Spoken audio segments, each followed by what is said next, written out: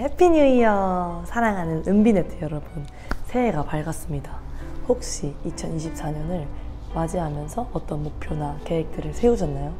누구는 다이어리를 구매하고 누구는 헬스장을 끊었다는 다양한 신년맞이 이야기들을 듣고 있는데요. 저도 여러 목표와 계획들을 세웠습니다. 하나 나누자면 저에게 최근에 하나님께서는 주님 앞에 겸손한 마음으로 나아오라는 마음을 많이 주셔서 올해 성경통독 1회 목표로 잡았습니다. 하나님을 더 알기 원하고 말씀 안에 주님의 뜻이 다 들어있음을 알기 때문에 꿀보다 달콤한 하나님의 말씀을 날마다 읽어가기로 결정했습니다.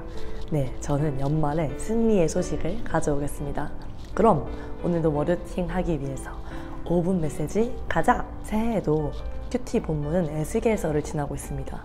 에스겔서 26장부터 28장에는 두로라는 나라의 이야기가 나오는데요. 두로는 당시 해상무역의 중심지였고 주변의 나라들이 두려워할 정도의 힘을 가지고 있었습니다.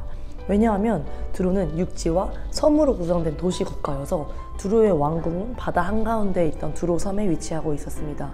그리고 그 섬은 절벽으로 둘러싸여서 적군이 침입하기엔 불가능에 가까웠습니다. 요새와 같은 이러한 지리적 이점으로 인해서 두로 왕은 외부의 침공을 걱정하지 않고 해상 무역을 통해 마음껏 부를 축적할 수 있었습니다. 그런데 두로 왕은 두로가 강해지면 강해질수록 모든 것을 자신이 이룬 것처럼 행세하면서 자신이 하나님의 자리에 앉으려고 했습니다. 그렇게 두로는 심지어 스스로를 신이라고까지 말합니다. 그의 지혜로 인해 축적된 죄물은 그가 교만하게 된 가장 결정적인 원인이었습니다. 하나님께서는 이런 교만해진 두로에게 너는 사람이지 신이 아니라고 분명하게 말씀하십니다. 본문 말씀 2절 함께 읽겠습니다. 인자야, 너는 두로 왕에게 이르기를 주 여호와께서 이같이 말씀하시되 내 마음이 교만하여 말하기를 나는 신이라 내가 하나님의 자리 곧 바다 가운데에 앉아있다 하도다. 내 마음이 하나님의 마음 같은 채 할지라도 너는 사람이요 신이 아니거늘. 8절로 읽겠습니다.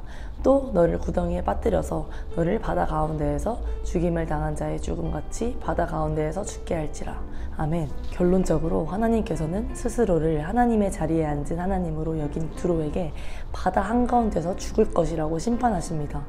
두로가 하나님과 같이 되려고 하는 것, 내가 내 운명을 결정지으며 스스로를 신으로 여기는 것은 하나님이 가장 싫어하시는 교만입니다. 잠언 말씀 읽겠습니다. 나는 교만과 거만과 악한 행실과 패역한 입을 미워하느니라. 무릇 마음이 교만한 자를 여호와께서 미워하시나니 피차 손을 잡을지라도 벌을 면하지 못하리라. 아멘. 그리스 신화에 나오는 한 이야기를 하고자 합니다. 옛날 옛적에 사모스 섬이라는 한 농가에 나귀와 수탉이 살고 있었습니다. 어느 날 숲속에서 먹을 것을 제대로 구하지 못한 사자가 마을 근방까지 내려와서 어슬렁거리다가 이 집 담을 넘어다 보게 되었습니다. 나귀는 사자를 보는 순간 기가 질려서 그 자리에 서서 꼼짝도 못하고 이 세상을 떠날 준비를 하고 있었습니다.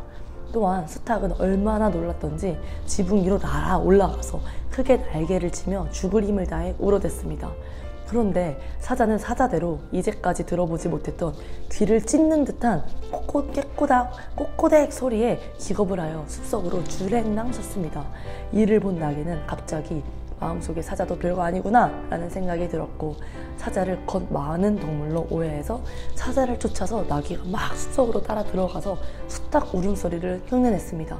사자는 생전 처음 들은 무서운 소리가 들리지 않는 데까지 막 도망치다가 여전히 뒤따라오며 어느새는 히히거리며 울고 있던 나귀를 손쉽게 잡아먹었습니다.